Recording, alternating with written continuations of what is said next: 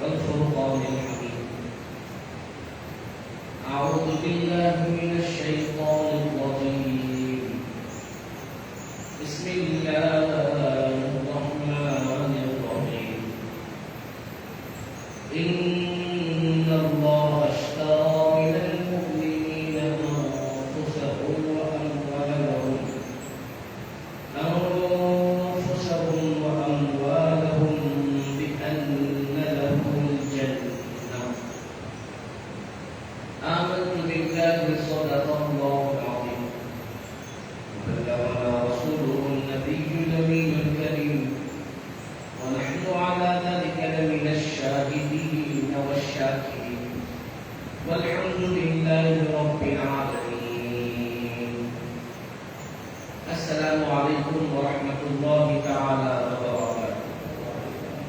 محترم مکرم حاضرین اکرام، معزز بزرگان دین، نوجوانان اسلام، آئیے سب سے پہلے میں اور آپ مل کر عقیدت اور محبت کے ساتھ دستور وابستگی کے ساتھ گنبد خضرا کا تصور اپنے دل و دماغ میں لیے ہوئے میرے اور آپ کے پیارے آقا صلی اللہ تعالی علیہ وسلم کی بارگاہ میں آواز بلند ہدیت درود پاک نذرانہ پیش کرے، پڑھیں اللہم صل علی سیدنا شفیعنا حبیبنا وطبیبنا ومولانا محمد وعلى آلہ واصحابہ وبارک وسلم. اللہ سبحانہ وتعالی نے قرآن مجید فرقان حمید میں اپنے ایمان والے بندوں کے مال کو اور ان کی جان کو خرید لینے کا اعلان فرمایا. اور یہ خریدنے کا اعلان ایک دنیاوی بادشاہ کی طرف سے نہیں ہے بلکہ مالک حقیقی کی طرف سے. اللہ سبحانہ و تعالی اپنے بندوں سے بے انتہا محبت فرماتا ہے. اللہ سبحانہ و تعالی یہ چاہتا ہے کہ میرا ہر بندہ میری اطاعت کو فرما برداری کرے، میرا ہر بندہ میری عبادت کرے، مجھے کو معبود برحق وہ معبود حقیقی مانے، میرا بندہ مجھ کو ہی راضی کرنے کے لیے جد و جہد اور کوشش اور قربانی دے. یہ اللہ سبحانہ و تعالیٰ چاہتا ہے. ابھی اللہ کی چاہت کے مطابق اگر کوئی بندہ اپنے مولا کو راضی کرنے کی تھوڑی بھی کوشش کرتا ہے، اللہ تعالیٰ اس کی کوشش کو کامیاب فرما دیتا ہے. اور جیسے جیسے اس کی کوشش اور خواہش اور جد و جہد بڑھتی چلی جاتی ہے، اللہ سبحانہ و تعالیٰ اس پر اپنی رحمتوں اور انعامات کی اتنی برسات فرماتا ہے کہ اللہ سبحانہ و تعالیٰ اسے اپنا قرب عطا فرماتا ہے. اسی لیے تو آقا کریم صلی اللہ تعالیٰ علیہ وسلم نے ارشاد فرمایا کہ اللہ سبحانہ و تعالیٰ اپنے بندوں سے اتنی محبت کرتا ہے کہ اگر کوئی بندہ ایک قدم اللہ کی طرف بڑھاتا ہے، ایک قدم، تو آقا کریم صلی اللہ علیہ وسلم نے ارشاد فرمایا اللہ 100 قدم اس کی طرف بڑھاتا ہے. اگر بندہ اللہ کی طرف، اللہ کو منانے کے لیے، اللہ کی عبادت کے لیے، اللہ کی اطاعت کے لیے، اللہ کی فرما برداری کے لیے، اس کو راضی و خوش کرنے کے لیے اگر ایک قدم بڑھائے گا تو اللہ کی رحمت اس بندے کی طرف 100 قدم بڑھتے ہوئے آئے گا. پھر آقا کریم صلی اللہ علیہ وسلم نے ارشاد فرمایا کہ اتنا ہی نہیں بلکہ اگر کوئی بندہ اللہ کی طرف چلتا ہوا جائے گا، چل کر اللہ کی رحمت کی طرف، اللہ کی رضا کی طرف، اس کی اطاعت و فرما برداری کی طرف، اس کو راضی کرنے کے لیے چل کر اگر بندہ جائے گا تو اللہ کی رحمت دوڑتے ہوئے اس کے پاس آئے گا. یا کریم صلی اللہ علیہ وسلم فرمایا، آپ ذرا تصور کریں آپ کہ اللہ سبحانہ و تعالیٰ یہ چاہتا ہے کہ بندہ میرے پاس آئے. اب اگر بندے کو آنے میں رکاوٹیں ہیں، نفسانی خواہشات کی رکاوٹیں ہیں، شیطانی وسوسوں کی رکاوٹیں، کہ بڑی بڑی دیواری بندے کے سامنے کھڑی ہوئی ہے، اب ان دیواروں کو پھلانگ کر، ان دیواروں کو توڑ کر جب بندہ اللہ کی طرف ایک قدم بڑھائے گا، اللہ 100 قدم اپنی رحمت میں اس کی طرف بڑھائے گا. چل کر بندہ آگے بڑھے گا، دوڑ کر اللہ کی رحمت اس کے پاس آئے گا. اب اگر ہم اپنے آپ کو اللہ کی رحمت کی طرف نہیں پا رہے ہیں، اگر ہم اپنے آپ کو اللہ کے قریب نہیں اگر ہم اپنے آپ کو اللہ کے قرب کی طرف نہیں پا رہے ہیں تو اس کا مطلب یہ ہے کہ نہ ہم نے ایک قدم اٹھایا ہے اور نہ ہی ہم نے چلنے کی کوشش کی ہے۔ اگر ایک قدم اٹھاتے تو اللہ کی رحمت 10 قدم آگے آتی ہے، اگر ہم چلتے ہوئے آگے بڑھنے کی کوشش کرتے تو اللہ کی رحمت دوڑتے ہوئے ہمیں اپنے آغوش میں لے دیتے۔ اگر ہم اپنے آپ کو ان چیزوں سے محروم اور دور محسوس کر رہے ہیں تو یہ ہم تصور اور خیال کو لانے کی ضرورت ہے کہ ابھی میں نے نہ چلنا شروع کیا نہ دوڑنا شروع کیا، بلکہ میں نے قدم بھی نہیں اٹھایا۔ تو اللہ سبحانہ و تعالیٰ نے اسی لیے قرآن پاک میں ارشاد فرمایا ان اللہ، بے شک اللہ نے اشترا، خرید لیا۔ اللہ سبحانہ و تعالیٰ نے، اللہ سبحانہ و تعالیٰ اپنے بندوں سے کہہ رہا ہے، مومن بندوں سے، ان اللہ اشترا، کہ بے شک اللہ نے خرید لیا، من المؤمنین، مومنین سے، ایمان والوں سے، جو اللہ کو ایک مانتے ہیں، رسول کو سچا مانتے ہیں، جو قرآن پر، قیامت پر، آخرت پر، قبر پر اور روز محشر پر ایمان لائے ہیں، جنہوں نے میری عبادت، میری وحدانیت کی گواہی دی۔ اللہ پاک ایسے بندوں سے یہ فرما رہا ہے کہ بے شک میں نے تمہاری جانوں کو خرید لیا، انفسہم، تمہاری جان کو، میری جان میری خود کی نہیں ہے بلکہ اللہ نے اس کو خرید لیا ہے۔ من المؤمنین انفسہم، میں نے مومنین کی جانوں کو خرید لیا، جتنے مسلمان ہیں سب کی جان کو اللہ نے خرید لیا، جتنے ایمان والے ہیں تمام ایمان والوں کی جان کو اللہ نے خرید لیا۔ اب ظاہر سی بات ہے، خریدا کب جاتا ہے؟ خریدا تب جاتا ہے جب کوئی معاوضہ دیا جائے۔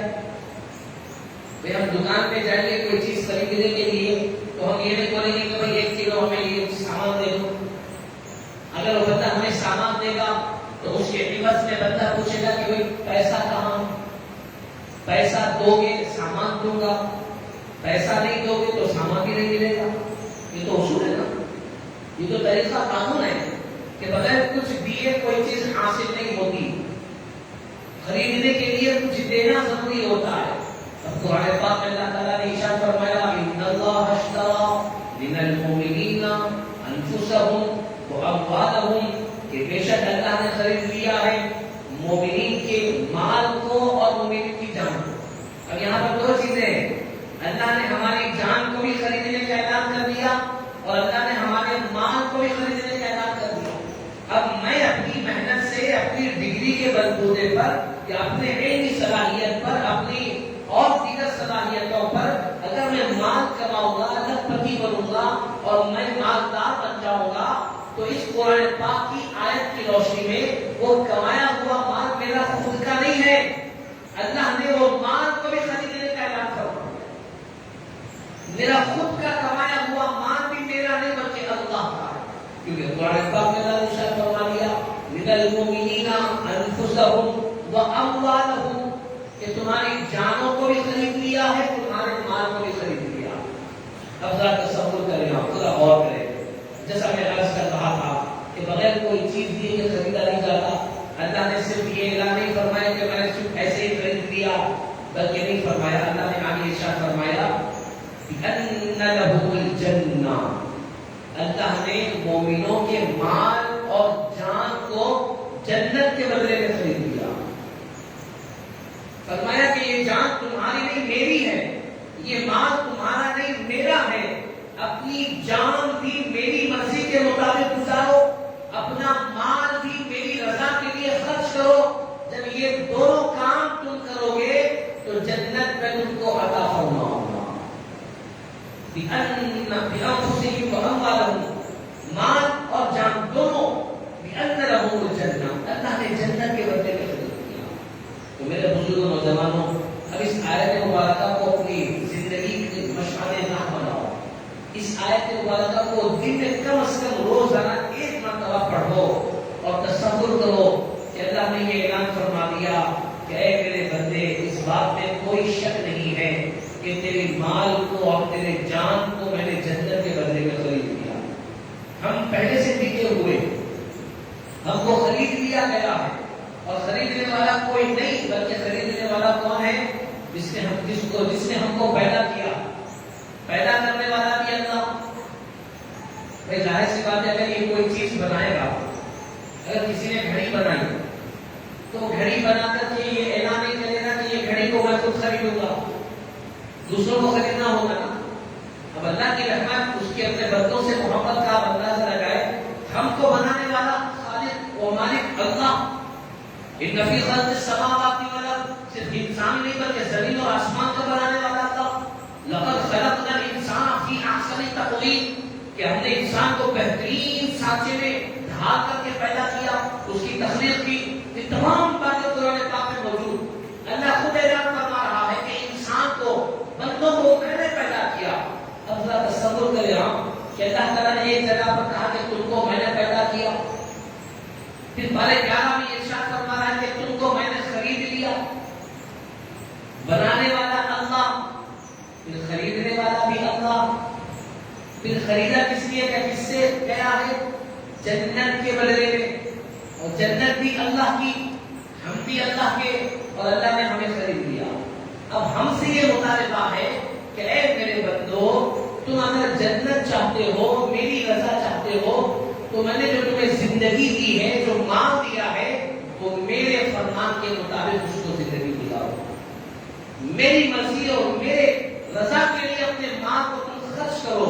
جب تم یہ کام کرنے لگو گے تو اللہ سبحانہ و تعالیٰ ہمیں جنت عطا فرمائے گا۔ تو میرے بزرگوں اور نوجوانوں، اسی لیے بزرگوں نے فرمایا، رسول اکرام فرماتے کہ ہمیشہ کم از کم دن میں اگر ایک مرتبہ ہم اس آیت مبارکہ کے ترجمے کو غور کریں، ہم خالی یہ غور کریں کہ بنانے والا اللہ، ہم کو خریدنے والا اللہ، ان اللہ اشترا، ہم نے خرید لیا۔ اللہ نے فرمایا ہم نے خرید لیا، اللہ نے بے شک خرید لیا، تمہارے مال کو بھی خرید لیا، تمہاری جان کو بھی خرید لیا۔ تو اب اگر مجھ کو کوئی خریدے گا تو ظاہر سی بات ہے میں وہی کام کروں گا جو خریدنے والا کہے گا۔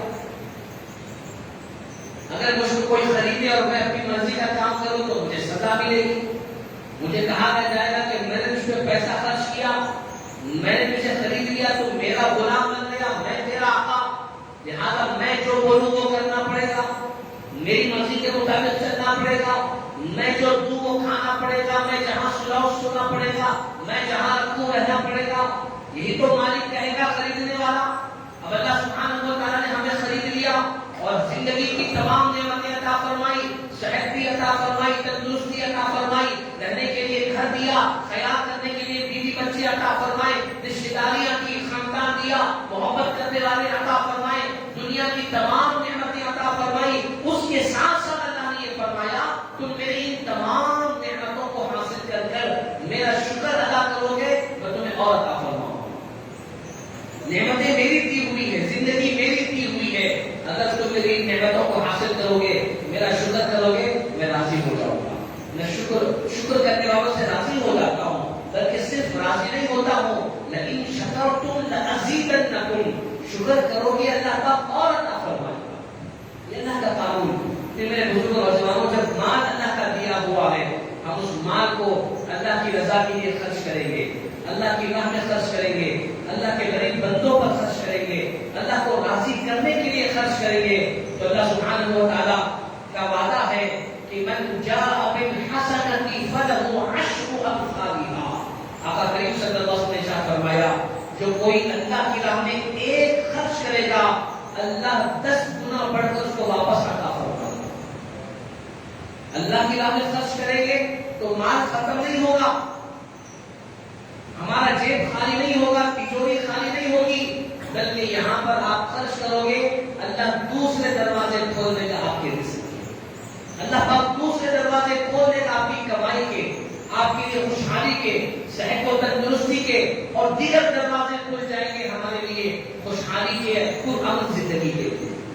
تو ہر کام جو ہم اللہ کی رضا کے لیے کریں گے، بظاہر یہ محسوس ہوگا کہ اس سے کہیں ہمیں نقصان تو نہیں، لیکن حقیقت میں ہمارا کوئی نقصان نہیں، صرف اور صرف دنیا کا بھی فائدہ ہوگا اور آخرت کا بھی فائدہ ہوگا۔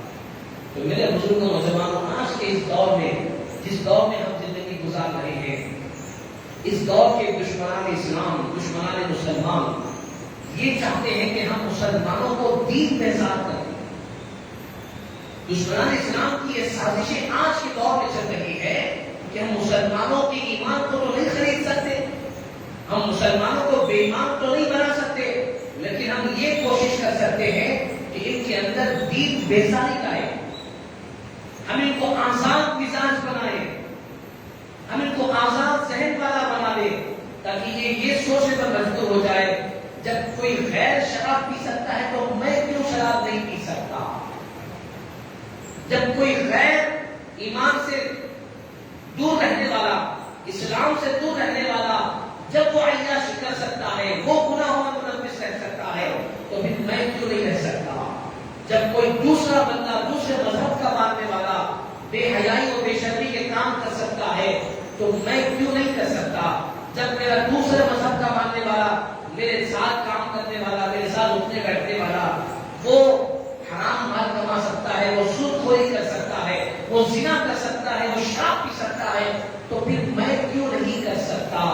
یہ تصور، یہ خیالات آج کے نوجوانوں کے ذہنوں میں ڈالے جا رہے ہیں، اور کوشش یہ کی جا رہی ہے کہ ان کو بیزار کر دیا جائے کہ میں روز 5 نمازیں نہیں پڑھوں گا، میں روز قرآن کی تلاوت نہیں کروں گا، میں شریعت کی پابندی کیوں کروں؟ میری لائف ہے، میری زندگی ہے، میں جیسے چاہے زندگی گزاروں۔ اسی لیے اللہ سبحانہ و تعالیٰ نے قرآن میں فرمایا کہ دشمنان اسلام ایک زمانے میں میرے ایمان والے بندوں کے دلوں میں یہ خیالات ڈالیں گے۔ اسی لیے اللہ نے اعلان کر دیا اپنے حبیب پاک کے ذریعے سے، میرے محبوب میرا پیغام میرے بندوں کو سناؤ، ان اللہ اشتری من المؤمنین انفسهم واموالهم بان لهم الجنہ، کہ اے میرے مومن نوجوان بندے، اے میرے مومن بندیوں، میرے بندوں، تمہاری زندگی تمہاری نہیں، میں نے خرید لیا ہے، تمہارا مال تمہارا نہیں، میں نے خرید لیا ہے۔ جب تم میری مرضی کے مطابق زندگی گزارو گے تو میں رب ذوالجلال تمہیں جنت عطا کروں گا، میں تمہیں کامیابی و کامرانی عطا کروں گا۔ آج آپ دیکھیں آج کیسے کیسے فتنے جنم لے رہے ہیں، اسلام سے دور کرنے کی سازشیں ہو رہی ہے، کہیں پر کوئی اعلان ہوتا ہے، کہیں پر کچھ اعلان ہوتا ہے، لیکن ہمارا معاملہ یہ ہے، ہمارے معاشرے کا معاملہ یہ ہے، ہم کیوں دوسروں پر انگلی نہ اٹھائے؟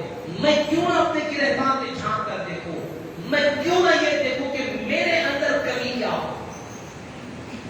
میں اور آپ اگر اپنی کمزوریوں کو، اپنی کوتاہیوں کو، اپنی غلطیوں کو سدھاریں گے، ہم سدھریں گے، ہمارا گھر سدھرے گا۔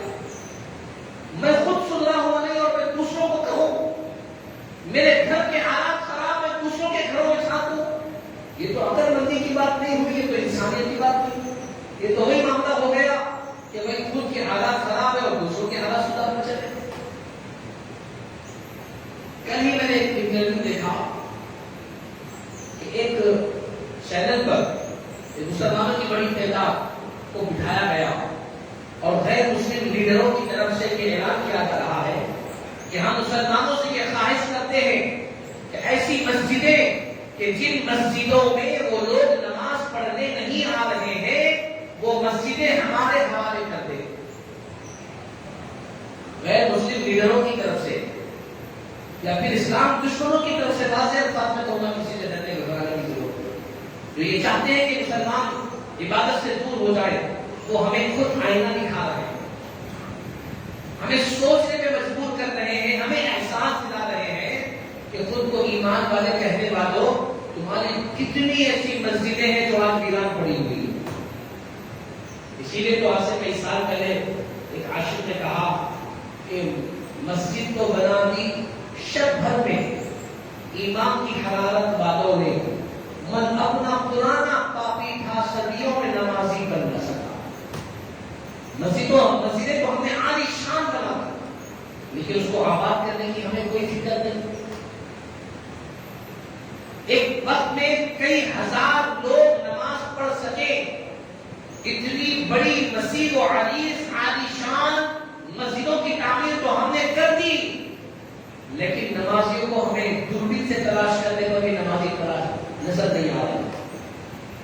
یہ تو پھر بھی شہر کے بیچوں بیچ میں، مسلمان آبادی کے بیچوں بیچ میں مسجد ہے، یہاں پر کسی قسم کے لوگ آتے ہوں گے، لیکن یہاں پر بھی کتنا پرسنٹیج کے حساب سے لوگ نمازوں کو آتے ہیں وہ خود آپ کو خیال ہے۔ لیکن بعض مقامات میں ایسی مسجدیں بھی ہے جہاں پر صرف امام اور مؤذن ہی نماز پڑھ کے چلے جاتے ہیں، کوئی مسلمان مومن نماز پڑھنے کے لیے نہیں آتا۔ اب مسجد کے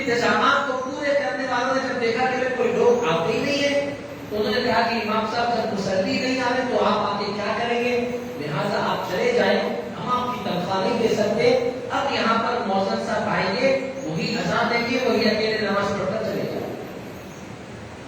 امام کو بھی نکال دیا گیا، اب اکیلے مؤذن صاحب آتے ہیں، وہ اکیلے اذان دیتے ہیں، وہ اکیلے نماز پڑھ کر چلے جاتے ہیں۔ ایسی کئی مساجد موجود ہے جہاں کی مسجدوں کا یہ حال۔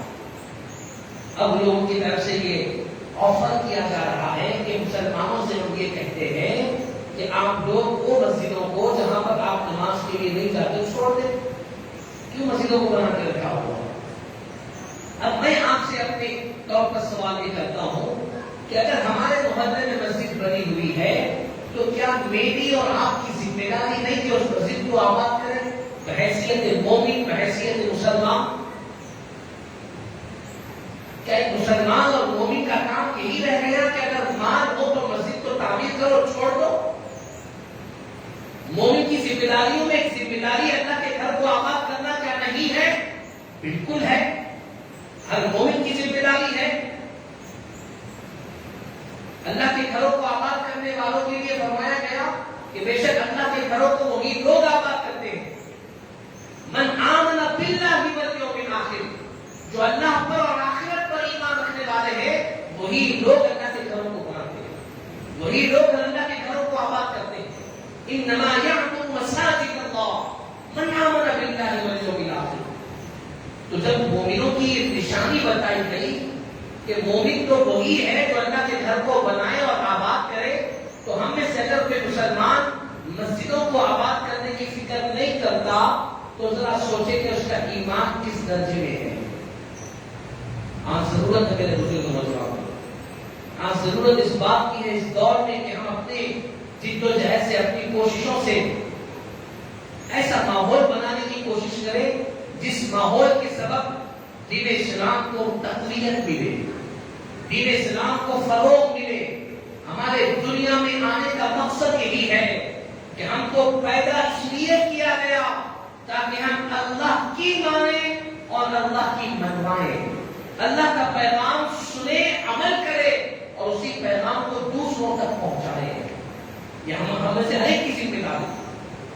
ہم نے یہ سمجھ رکھا کہ ہر اچھا کام، ہر حدیث اور قرآن کو پہنچانے کا کام صرف علماء کی ذمہ داری ہے، صرف مسجد کے خطیبوں کی ذمہ داری ہے، ہماری کوئی ذمہ داری نہیں، ہر کس نہیں۔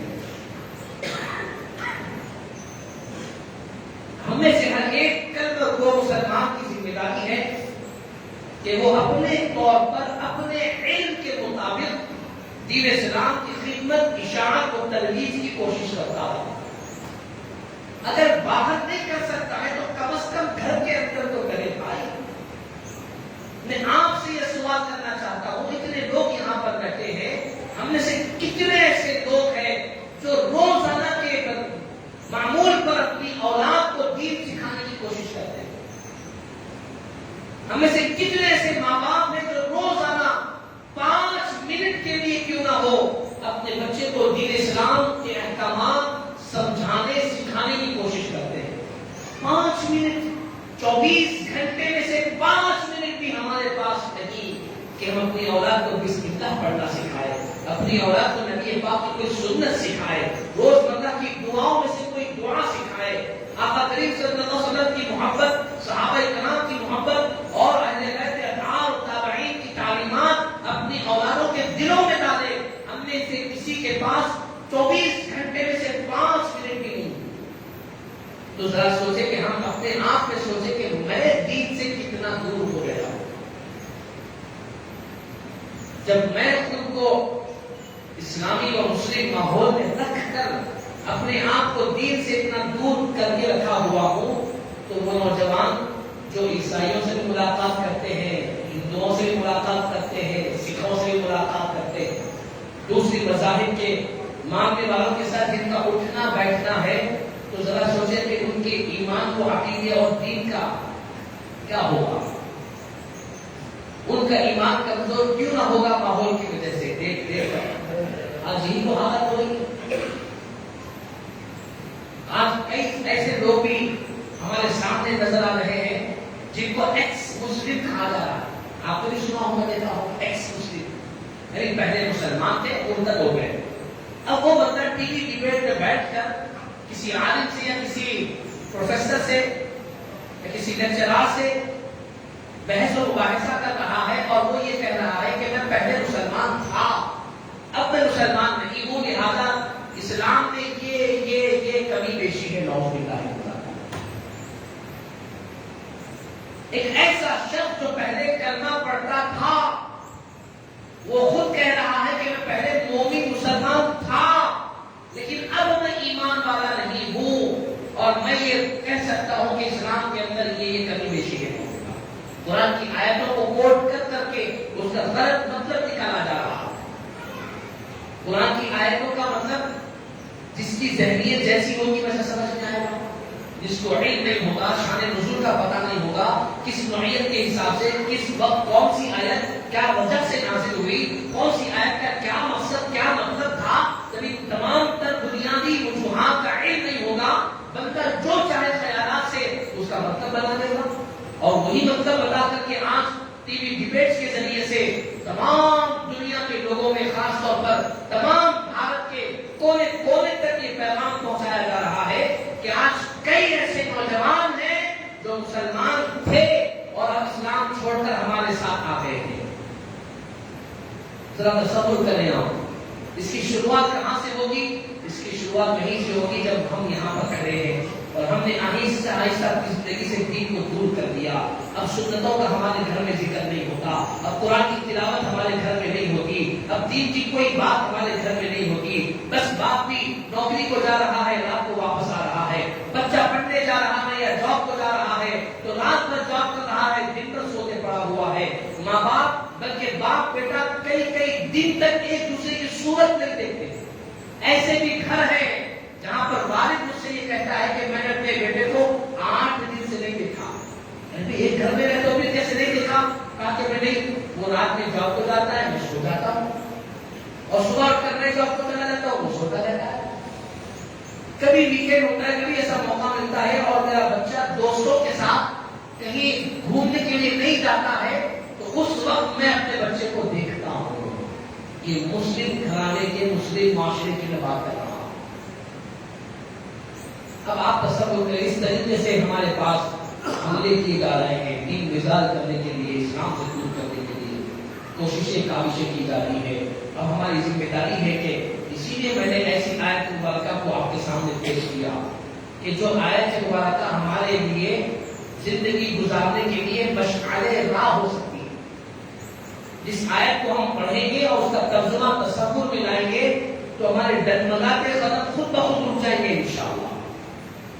جب روزانہ کے بیس پر ہم اس آیت مبارکہ کو پڑھیں گے، اس کے ترجمے پہ غور و فکر کریں گے تو انشاءاللہ امید قوی ہے کہ اللہ سبحانہ و تعالیٰ بہکنے بھٹکنے سے ہم کو، ہماری اولاد کو بچائے گا۔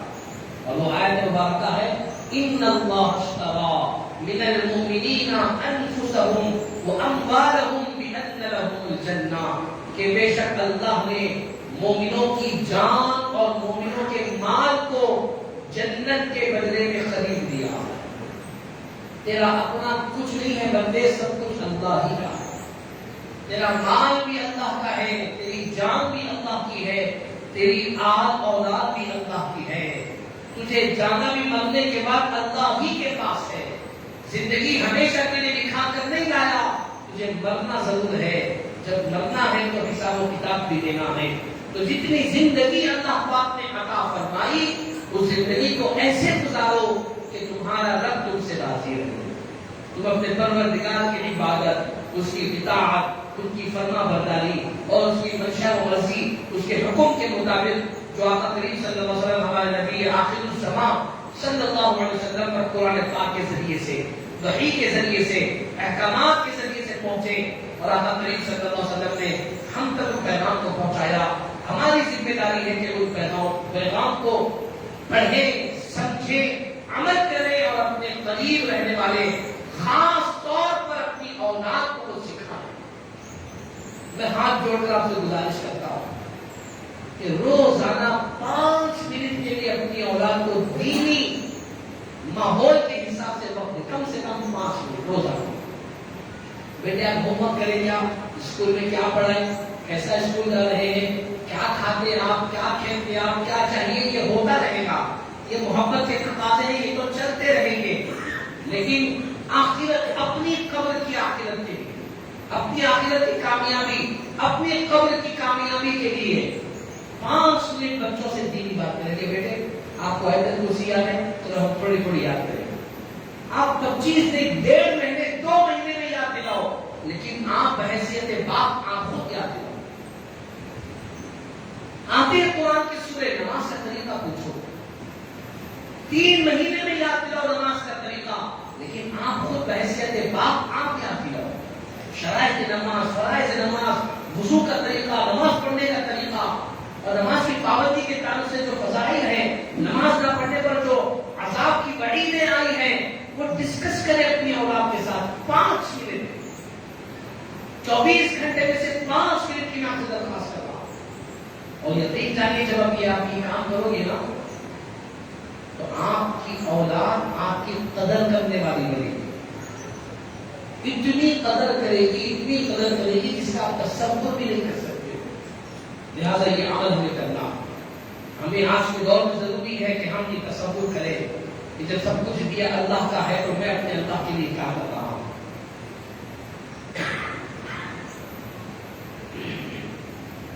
میں اپنے مولا کو راضی کرنے کے لیے کیا کوشش کر رہا ہوں. یہ خیال اس ذہن میں رہنا ضروری ہے. اس پر ہمیں محنت کرنا ہے، مشقت کرنا ہے، اور اپنے گھر کی، اپنے محلے کی مساجد کو آباد کرنے کی فکر کرنا ہے. نمازوں کی فکر کرے، مسجدوں کو آباد کرے، قطعاً نماز نہ چھوڑے، ہر حال میں نمازوں کی پابندی کرے. اسی میں ہماری دنیا اور آخرت کی بھلائی و کامیابی ہے. پروردگار عالم سے دعا ہے کہ اللہ تعالیٰ ہمیں باتوں پر عمل کی توفیق عطا فرمائے. اللہ تعالیٰ ہمیں تیرے اور تیرے رسول پاک علیہ السلام کے احکامات پر دل و جان سے عمل کرنے کی توفیق عطا فرمائے. شیطانی بہکاوے سے، نفسانی خواہشات سے بچا لے مولا. ہم گناہگار کی اس ٹوٹی پھوٹی دعا کو حضور پاک صلی اللہ علیہ وسلم کے سب سے قبول فرما. والحمدللہ رب العالمین. جو حضرات سنت نہ پڑھے ہوں، گزارش ہے اپنے سفید درست فرما لیں اور سنت کے